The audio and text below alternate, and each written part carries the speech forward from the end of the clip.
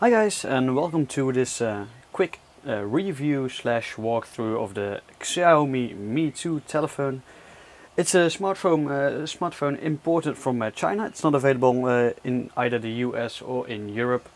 Luckily we have a very active community that is modding the firmware that Xiaomi provides, which is called MIUI. So it's translated into English and into lots of different languages, including Dutch, the one that I am using because I'm from the Netherlands. And the modded version includes apps that are more suitable for use outside of China and removes apps that are only usable within China. So yeah, let's just start up the phone. I've already installed the MIUI Android version from MIUIandroid.com. And set the language to Dutch. In addition, I've been using the phone for quite a while already, and so I've already installed apps and made some tweaks, etc. But I'll just guide you straight through it. Let's start with the exterior of the phone.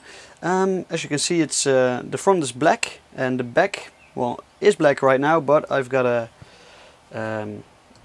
I've got a case connected to it, so I'll just quickly remove that. And which shows you that the back actually is white.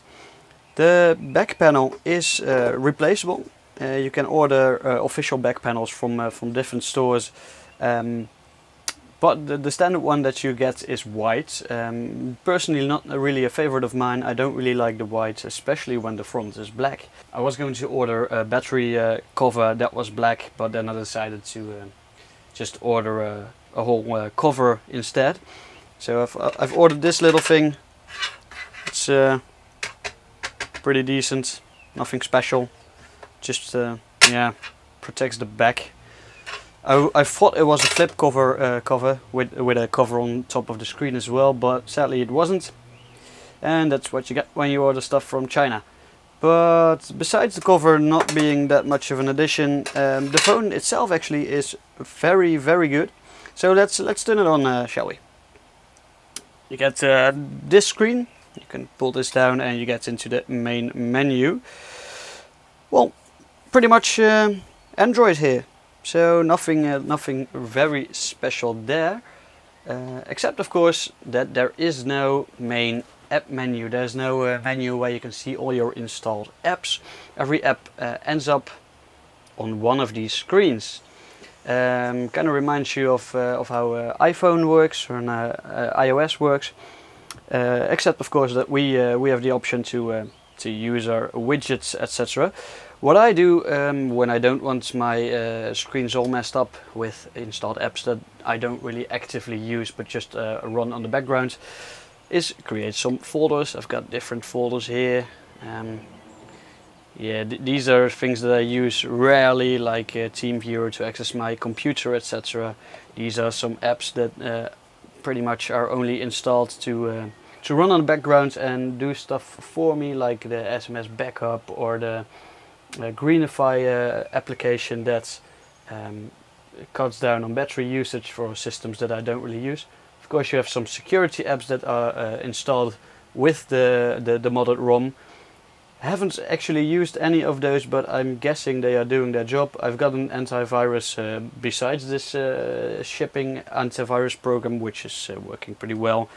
And of course there are some tools like a compass, like a sound recorder, like a calculator, like a flashlight, etc. All the basic things.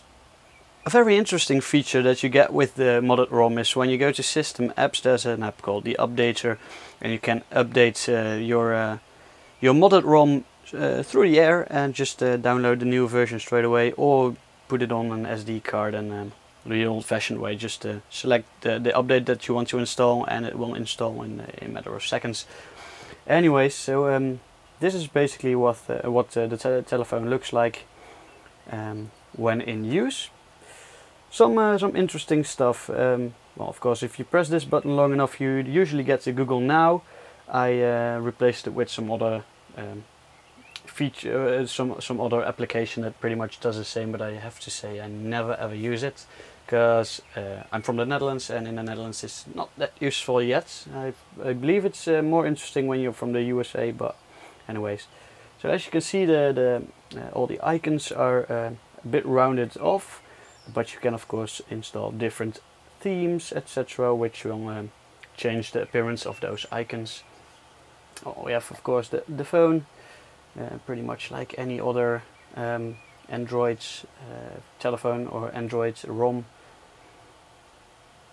Let's go to settings. So you drag this down and you get your notifications of course, but you can also quickly go to your quick settings.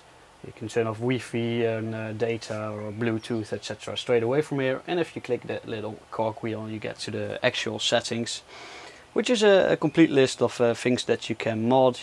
Of course there are also all the accounts that are linked to your phone. You can manage them there. Very useful indeed. Another great thing about Android in general, but especially the MIUI ROM, is that the high amount of customizability that you have. If you click on the settings button, or well, I'll call it settings for now, you get a little option, and you can the above one says edit layout, background search, example, or the launcher settings and other settings. So if you press settings, you get to the screen we saw before. If you go to launcher settings, then you can change the way screens slide from left to right or something, or however you would like to feel. You can change the way the phone operates, and you can customize pretty much everything about the phone here. Like for example, you can switch the way pages are swapped between themselves. So I've got it from page to page now, so if I do this, you will see that it's like flipping over a cover. But if I want to change that, it's really easy. I want to make it rotating, and now it's different. So great fun. Find the one that you like the most. I'm still going for the page. Let's go for tumbling for now. It's a bit different than before. Works really well. Anyways, there you can modify the launcher settings. You can adjust your layout if you'd like to, which of course you can also do by holding down your finger on the screen. You can basically move around anything you like by holding it, using multi-gesture to switch between screens. Or you could, let's see, get back into the screen.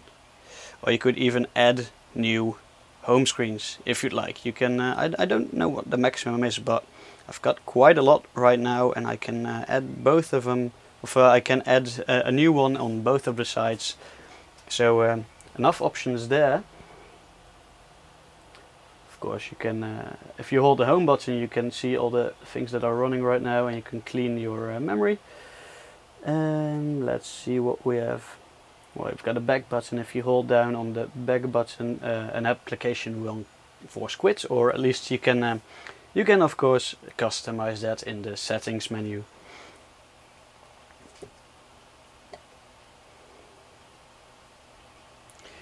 Anyways, on to the usefulness of the phone. It has a quad-core processor in it, which makes it one of the fastest smartphones out there right now. Of course, there are some new ones released, like the HTC One X, for example, which of course is also very, very fast.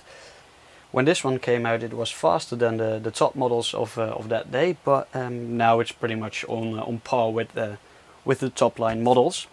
Except it only costs 300 or 350 euros, which is a lot cheaper than the 800s or 700 that you have to pay for example an iPhone or a HTC One X. Besides the smartphone being very fast, of course it plays games very well as well. It's as you may expect from a quad-core processor. It boots up games in pretty fast, and of course it's all very smooth, etc. And well, that's nothing new, of course. Let's quit this again. The battery life is very good as well. I usually charge my phone every night when I go to bed, but if I don't, and I use the phone normally, so maybe a game or two every now and then, listening to some music and checking my email occasionally, maybe playing a video here and now, and I don't know, do some other stuff probably, I get to around 1.5 to 2 full days without charging.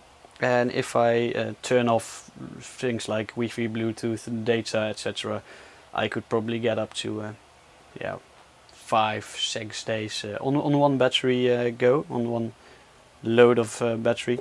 Of course, you can also buy an optional bigger battery, which is a cool feature that's not possible with the current mobile phones from the US and from Europe. So very customizable indeed. I really love this phone. It's very sturdy. It doesn't feel cheap. Of course, it also has the Gorilla Glass that all the newer phones have. So it's not plasticky. It's very solid. It's very a decent phone for less money than you would pay for any other phone in the stores right now. Now, of course, once you order this phone, it's in Chinese and you get the Chinese firmware. And flashing it to the English version and from there on to any other international version can be something of a hassle if you do not know what you're doing. Now, I had some past experiences with flashing ROMs, etc. So for me it was no problem, and there are of course many guides guiding you through the process of flashing the ROM. Actually, it's pretty easy. You just download the appropriate ROM, put it on the internal SD card, because it does not have an external SD card, but it uses something called an internal SD card. And you put the ROM on there, use the updater app and select the ROM. The main problem here is that if you use a Chinese ROM, which it's shipped with, the updater app will not be called updater app, but something in Chinese, so you will have to look at the icons, but there's no big problem there. Anyways, that's about it for my review. I hope you enjoy this phone as much as I do, and if you have any requests for me to show different features of the phone, please let me know in the comments. And yeah, enjoy your phone. One last thing, I bought it on iBuyGoo, or however you will pronounce that, I don't really know, and it shipped in about 2 to 3 weeks to Europe, and was packaged really well, and nothing to complain about there. I don't know about any other shops. There are some fake ones out there, so be careful when ordering your Xiaomi Mi2 smartphone.